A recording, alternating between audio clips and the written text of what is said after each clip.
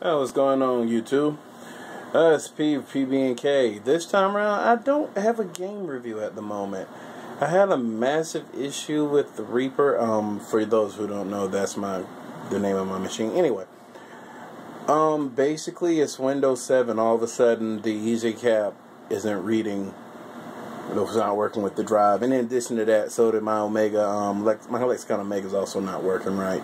So, basically, this all happened about 3 weeks ago. I had a computer job come in, and pretty much upon basically getting a rather beat up laptop and basically trying to retrieve data from it, because it was an old 2.5 IDE drive, it basically slowed my computer down to a complete crawl and kept me from using it for like an entire week. That was week 1. Upon taking this off and putting it on a laptop to get it done, which is taking it 2 weeks to actually recover the data, by the way, 2 of my drivers that were working suddenly stopped working, being the EasyCap driver, which, as anyone who's actually had to research that thing knows, that is technically EasyCap, and there are multiple versions of it, and they all basically work like crap, but when they work, they're awesome. When they don't, not so much. And the Lexicon Omega, apparently everybody has issues getting it working. So I'm going to have to look into all that later. I've been trying to repair it for these 3 weeks. It's been like my car. It's currently a no-go. So, yeah, it's been a rough month. So, no understatement.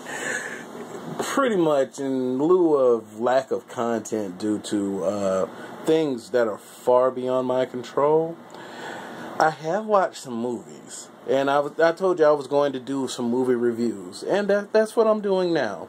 What I'm going to do, however, I'm going to split them between my channels, because I watch a lot of K-horror. And, you know, this is like my professional channel. So I don't think I'll be talking about a whole lot of K-horror unless it's something that's been remade. And that's going to come later as I start doing these. Pretty much this time around, I've got 3 of them that I watched. I've watched The Raid Redemption, which is an action film. I watched Vertigo, you know, the Alfred Hitchcock classic. He has a lot of those. And also Quarantine. Well, technically I watched Quarantine 1 and 2. But I didn't watch them as Quarantine. I watched them as Wreck, which is apparently the same movie, as far as I can tell. Pretty much for you guys looking to see some of these movies, Netflix has some, Crackle has some of the more obscure, harder ones, but they kind of change their lineup every so often. So just because it's here this month doesn't mean it's going to be there next month, and that's kind of how that works. And pretty much, for me, I just kind of have my own little personal collection. Yeah, I'm not afraid to buy junk for cheap. Anyway, first off, let's start with The Raid Redemption. I watched this. It's an action flick. I saw commercials for it. Figured I'd go check it out. Found out that it's, I think it said it was a Bali movie. Anyway, the one that I have is not the English version. I'm not afraid to read subtitles. So, watching it, it's a pretty decent action flick. I'm gonna try and do these spoilers free, but you know what? Just go ahead and pretend like I said I'm gonna show you all the spoilers, which I won't, because I like to leave a little surprise. But first of all, there's basically this mob boss. He gets a big building. He basically turns it into a fortress, and he has other criminals as his tenants, and it's a no-go zone for the police. The police basically can't get in and or do anything. They don't really have jurisdiction. Okay. Basically, a team is assembled to basically go raid the building. Goes horribly wrong. And basically, there's only a handful of survivors at the end. Pretty much, as they go through, there is a body count for this movie. Very interesting fight scenes, very brutal fight scenes and kills too, I might add. And it's just an interesting ride all the way through. It's definitely paced pretty well too. They have a twist and an unexpected jump in the story, as the main character's brother apparently works for the drug lord, which definitely makes for some very interesting moments too. So it's definitely worth a watch. So, you know, when you get some time, go ahead and watch that, because it's definitely something I'd recommend. I'd say this is definitely a 4 out of 5. Next up, Vertigo, Alfred Hitchcock, classic movie. I've never seen it until pretty much recently. Basically, it has a ex-police officer who develops a fear of heights during a chase where another man dies from falling from basically a rooftop, and he pretty much carries this and it haunts him. Anyway, what happens is one of his best friends says his wife is going crazy and he wants him to investigate. Basically, long story short, this is used to set up the perfect alibi for a murder, and it traumatizes him. The movie is actually about him getting over his fear with another traumatic shock. And basically, in all of this happening, another woman ends up dying in the process. The way that it comes out, I'll make it sound a little bit more linear than it is. It is certainly worth the watch to see how the relationships between develop in there and how things actually end up playing out. Because you can't help but wonder as part of the way through, is this guy freaking psychotic or what? And definitely I recommend that one too. 4 out of 5. Been like, I like it, but you know, I have to be discerning. But next one is Quarantine. We're going to go ahead and I'm going to bundle these two up suddenly, sort of.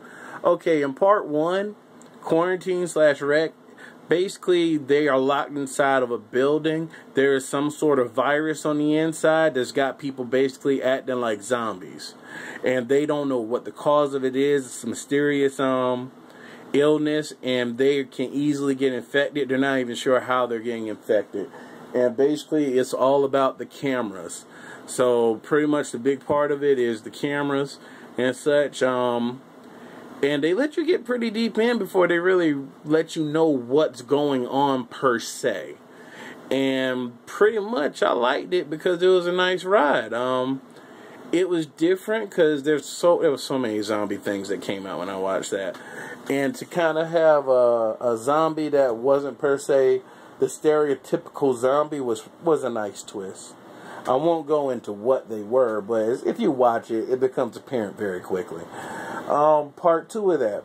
Okay, part 2, they actually define what the mysterious infection is, and they go to try and nip it in the bud. They try to take care of the source of it. And pretty much, just so you know, there's a part 3 coming out. So they were unsuccessful. And basically, they have a priest masquerading as a high-ranking police official to basically sneak in to fix this, because apparently they believe that it is somewhat satanic or possessive in origin, not just per se a disease. And pretty much, once again, it's another building, it's Quarantine, it's basically the same location.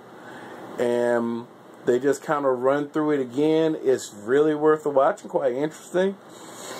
I found myself kind of amazed because I kept following it and it just didn't really get boring, and it answered a lot of questions that were kind of not answered in part 1. So I like that too. Very, very interesting. From what I understand, part 2 is currently on Crackle. And Crackle's free. You know, Netflix you pay for, but you know, they have a better selection. But Crackle, they have free movies you can watch with some little minor advertisings. So definitely go check that out. Pretty much I intend to do more of these.